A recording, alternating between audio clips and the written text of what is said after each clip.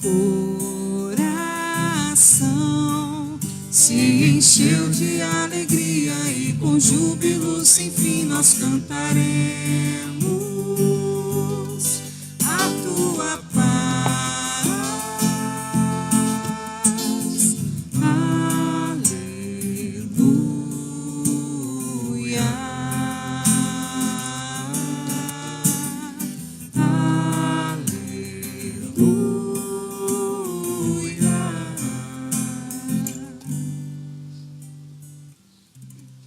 O Senhor esteja convosco.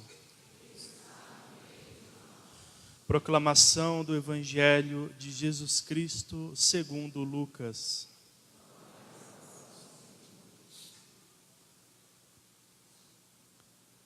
Naquele tempo, Jesus estava na margem do lago de Genezaré e a multidão apertava-se ao seu redor para ouvir a palavra de Deus.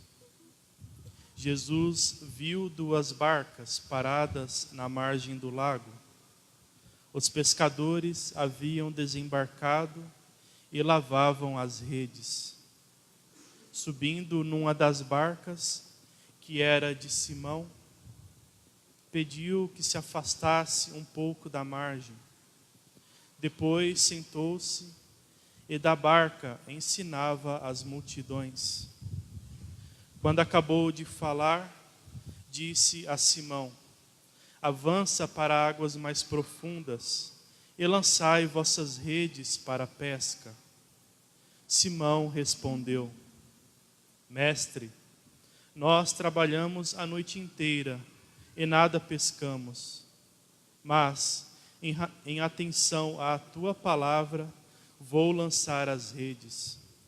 Assim fizeram e apanharam tamanha quantidade de peixes que as redes se rompiam. Então fizeram sinal aos companheiros da outra barca para que viessem ajudá-los. Eles vieram e encheram as 2 barcas, a ponto de quase afundarem. Ao ver aquilo, Simão Pedro atirou-se aos pés de Jesus, dizendo: Senhor, afasta-te de mim, porque sou um pecador.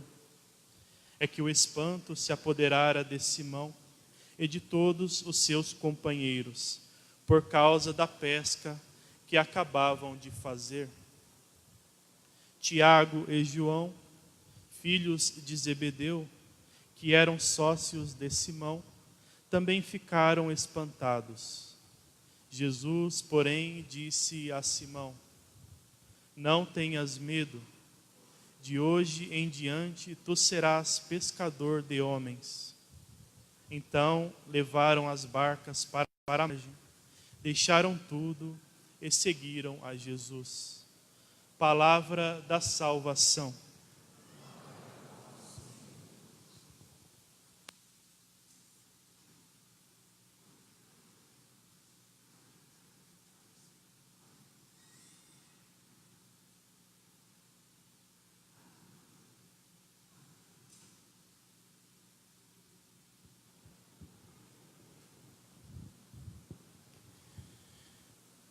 Tudo em mim é graça de Deus. Essa é a constatação de Paulo no final da segunda leitura de hoje, que deveria ser também a nossa constatação. Ao olhar para a nossa vida, para a nossa existência, perceber que tudo em nós se dá pela graça de Deus. Nada se dá por nós mesmos, nada é fruto exclusivo das minhas potências, das minhas capacidades. Tudo é dom de Deus. É Ele quem sustenta a minha realidade, a minha vida. Desde de manhã está muito impregnado no meu coração as 3 leituras de hoje. Porque eu fiquei pensando na minha meditação para fazer a homilia deste domingo, o que tem, qual era a relação entre as 3 leituras? E eu fiquei pensando, mas o que tem a ver? O que une esses 3 momentos da história? E o que tem a ver com a nossa vida, tudo isso? E às vezes quando a gente está meditando, a gente tem a impressão às vezes que se distrai. Mas é lá na distração que está a voz de Deus. E aí me veio na cabeça assim, mas é porque na verdade eram 3 tontos. Isaías está lá diante do trono de Deus e não entendeu nada. Paulo era perseguidor da igreja, um homem cruel, feroz, contra os cristãos. E agora se torna o maior dos discípulos, ao ponto de receber na igreja a mesma honra que é dada a Pedro, o príncipe dos apóstolos. No Evangelho, Simão, como sempre, o bom Simão, não entende nada que está acontecendo, é tomado de espanto e pede o Senhor para ficar longe dele. E eu falei assim, mas Senhor, que tem isso conosco? E aí, mais uma vez, o Senhor falou assim, é que você também é tonto. Pecador. Todos 3 fazem uma experiência profunda de Deus. Isaías no tabernáculo da Jerusalém Celeste, no trono do Altíssimo. Paulo no caminho de Damasco se encontra com o Senhor. Simão se depara com a manifestação da pesca milagrosa. E qual é a primeira consequência disso? Eles caem em si, eles tomam consciência de quem eles são diante de Deus. Ai de mim, diz Isaías, sou um pecador, vi Deus, não posso permanecer vivo. Quem sou eu para estar na presença dele? Paulo diz, eu não mereço a honra que tenho. Simão se joga aos pés de Jesus e diz, vai longe de mim, porque sou pecador. Todos 3, ao fazer a experiência de Deus, eles fazem ao mesmo tempo uma experiência de si mesmo. Tamanho da sua fraqueza, o tamanho da sua pequenez, quem eles são. E eu falei para o Senhor, tá bom, já entendi. E agora também faço eu experiência de quem eu sou diante de você. Um pobre pecador. E subo no altar hoje, todas as missas que subi com esta profunda certeza de não ser digno do que sou e do que faço. Se eu pudesse, dizia na missa das 9, se com toda a humildade e sinceridade do meu coração, dar para vocês uma imagem de mim mesmo hoje, eu diria para vocês uma formiguinha. Ao me aviar na direção do altar, me sinto diante de vocês e diante de Deus uma formiguinha. Não sou nada. É tudo grande demais. É tudo muito maior do que eu. O mistério que me envolve e que através de mim alcança a vida de vocês é muito maior do que eu. E quem sou eu para estar à altura disso tudo? Eu sou nada. E é aqui que, queridos irmãos, cada um de nós precisa se encontrar. De fato, nós não somos dignos, mas Deus nos faz dignos. Deus, no seu amor e na sua misericórdia, olha para nós na nossa miséria, na nossa fraqueza e faz de nós seus filhos.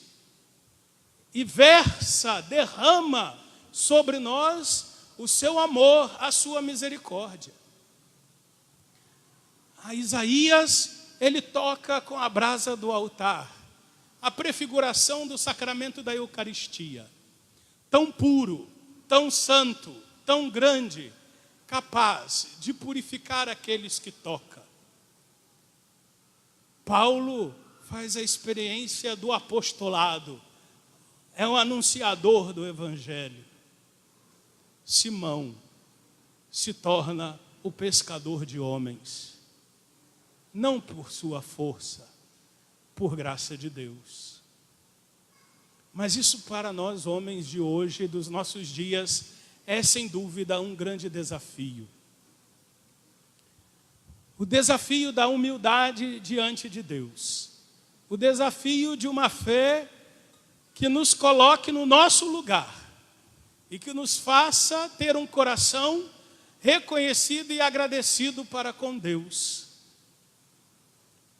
Nós vivemos tempos em que o ser humano se torna cada vez mais autossuficiente. E dizemos que temos fé. E muita gente tem fé. Muita gente diz que crê. E aí está o problema. Crê em quê? Quem é a medida desse crer? Quem é o conteúdo desta fé? E nós percebemos muito facilmente que muitas vezes nós cremos naquilo que nós queremos. E nós nos tornamos, sem perceber, verdadeiros idólatras. Porque a idolatria não é ter imagem na igreja. Idolatria é servir a um Deus falso, a um Deus ilusório. E muita gente hoje constrói o seu próprio Deus e serve o seu próprio Deus, achando que está sendo um homem de fé, uma mulher de fé. Mas na verdade está servindo a si mesmo. Está atrás de si mesmo. Porque eu decido qual é a minha medida. Eu decido qual é o meu limite. Eu decido aquilo que eu creio e o que eu não creio. Sou eu quem coloco as bases do que é certo e do que é errado. E se eu, então, me torno a medida de mim mesmo, o meu destino é o abismo. Porque eu sou vazio. Eu sou fraco. Sem a graça de Deus, eu sou como aquele Isaías. Facilmente eu caio no desespero. Porque eu me dou conta de que as minhas forças, uma hora ou outra, não são suficientes. Então, aqui damos um passo ulterior dos 3 do Evangelho de hoje, que é a obediência da fé. Isaías ouve Deus perguntar: a quem enviaremos? E ele vai dizer: eis-me aqui, envia-me. Eu fico pensando, né? Isaías, quando ouviu Deus falar assim: a quem enviaremos? Ele deve ter dado uma olhadinha assim: não tem, é comigo mesmo, você está falando, né? Sou eu mesmo, né? Acho que deu aquele segundinho que ele falou assim: vai, gente, aparece aí, quem é que vai? Né? E ele se dá conta de que não tem outro, é ele mesmo, o pecador purificado, feito digno por Deus. Então tá bom, Senhor, não tem mais ninguém, eu vou. Paulo vai dizer: olha, eu anunciei, o que eu recebi não é meu, me canso, me fadigo pelo que veio de mim. Me foi dado, não é meu. Não sou eu que decido o que eu vou falar. Não sou eu que anuncio e determino o que dizer. Me foi transmitido. E o que me foi transmitido, eu anunciei a vocês. O Simão, lá nos pés de Jesus, é convidado a não ter medo, porque o Senhor: eu te farei pescador de homens. Não é o que você quer, não é o que você busca, não é a sua capacidade, mas eu te farei. É tudo eu, ou seja, é tudo Deus. Está tudo nas mãos de Deus. E quando a gente olha para a nossa vida, para o nosso dia a dia, será que nós colocamos de fato tudo na mão de Deus? Nós dizemos que temos fé, mas nós fazemos atitudes, temos atitudes de quem tem fé? Ou nós temos a fé e fazemos aquilo que a nossa razão acha que é?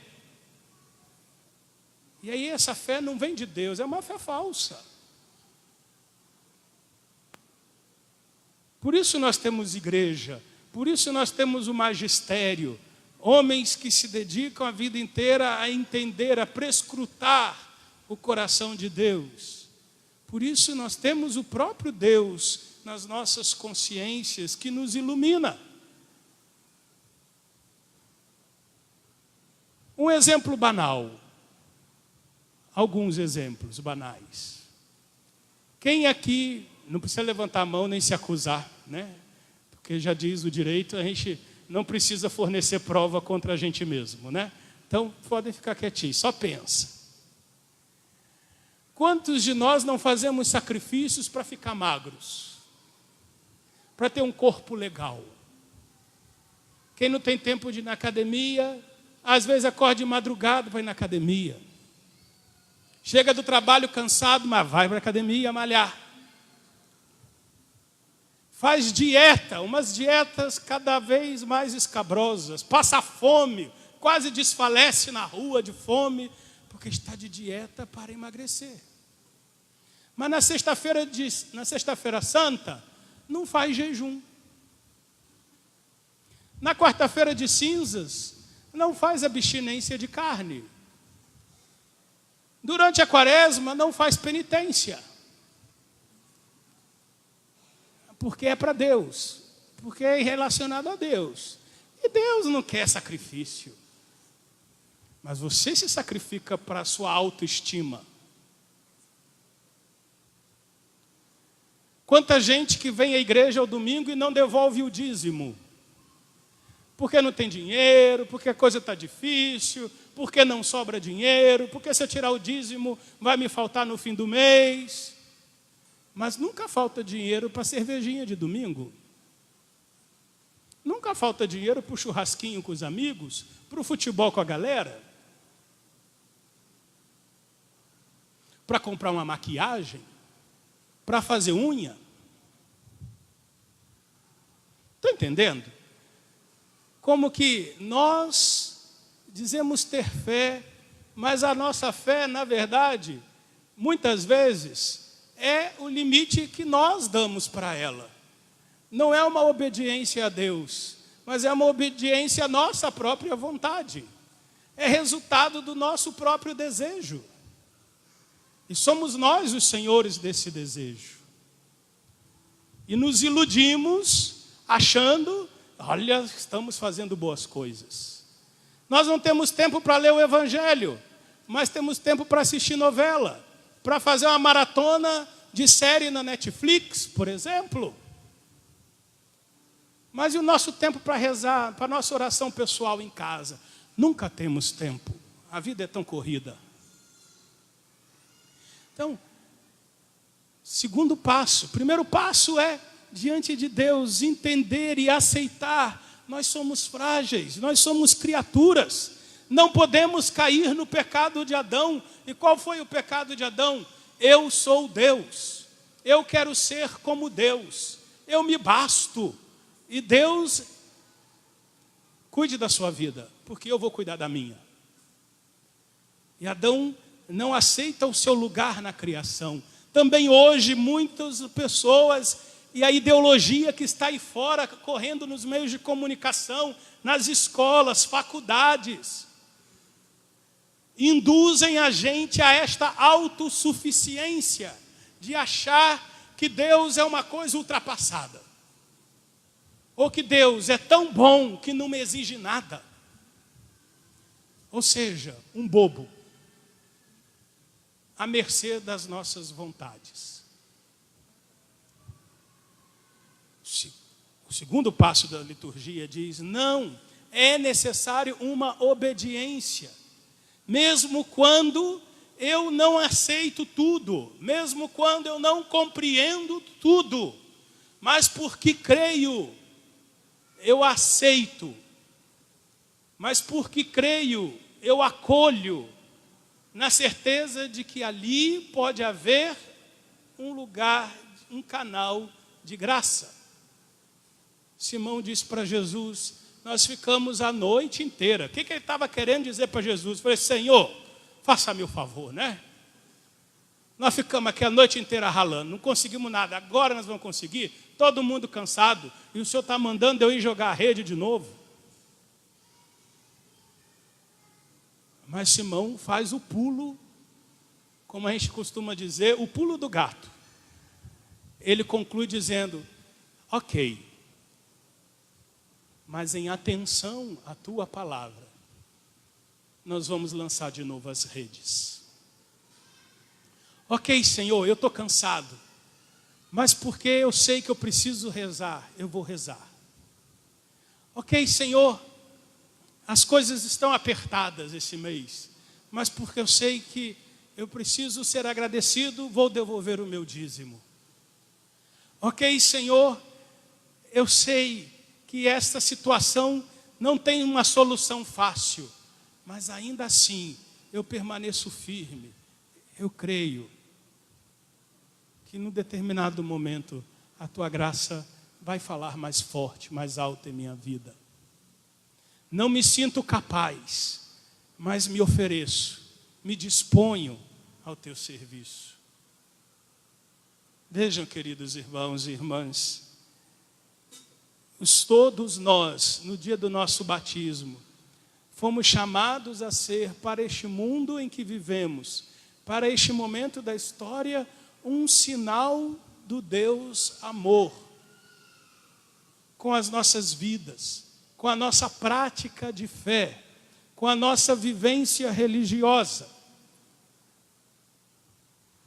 Por mais que a gente possa dizer, eu não consigo, eu não sou forte, eu não tenho capacidade, fica claro para nós, na liturgia da palavra de hoje, que não depende de nós, depende de Deus. A única coisa que está nas nossas mãos é o passo que deu Simão, é o passo que deu Isaías. Eis-me aqui, eu te obedeço, em atenção à tua palavra. Pai, mãe, filho e filha, lá em casa, quando a situação está difícil, nós precisamos ter a coragem de olhar para o céu e dizer, Senhor, onde está a tua vontade? Me ajuda, me orienta, me coloca na direção, o que você faria? Santo Inácio de Loyola diz, e deixa como regra para os seus irmãos, exatamente esta pergunta, antes de qualquer coisa que vocês forem fazer, perguntem, Jesus, no meu lugar, como agiria nesta situação? Procurem responder.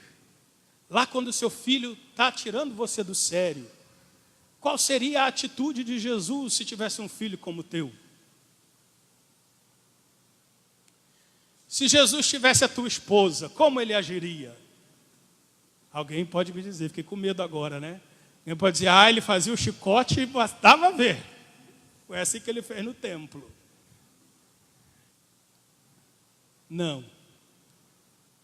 Conosco Jesus age sempre na ótica da misericórdia. Ele olha para aquela mulher caída e estende a mão. Ele olha para o coletor de impostos desonesto e fala para ele, estar na tua casa. Ele olha para o Zaqueu na árvore e diz, desce daí, porque eu vou à tua casa hoje. Ele olha para aquela cananeia que chora aos pés dele, pedindo uma graça, e diz, a tua fé te salvou. Vai em paz, a tua filha está curada.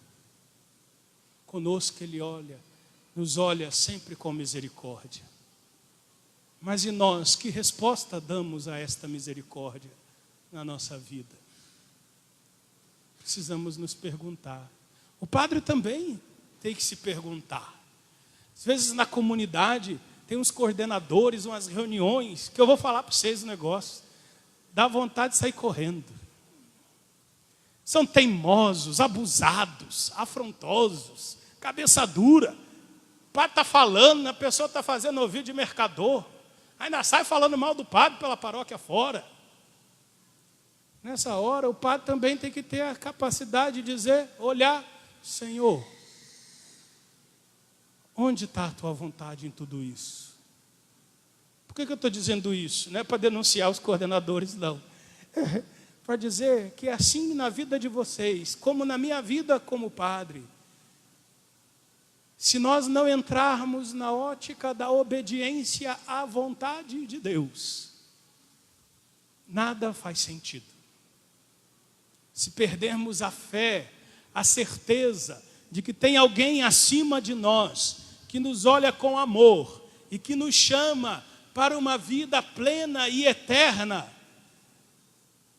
nada vai movimentar a nossa vida e nada vai fazer sentido.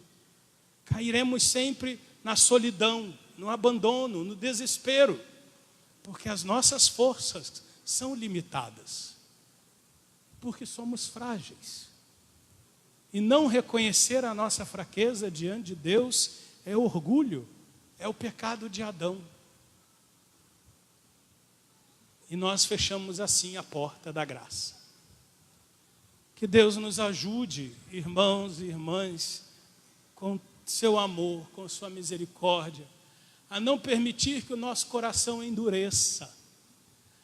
Que Ele não nos deixe cair na autossuficiência, no engano de pensar que não precisamos de Deus, mas que, reconhecendo o lugar dele nas nossas vidas, nós possamos seguir na obediência humilde e esperançosa de que o seu amor nos conduz para águas mais profundas.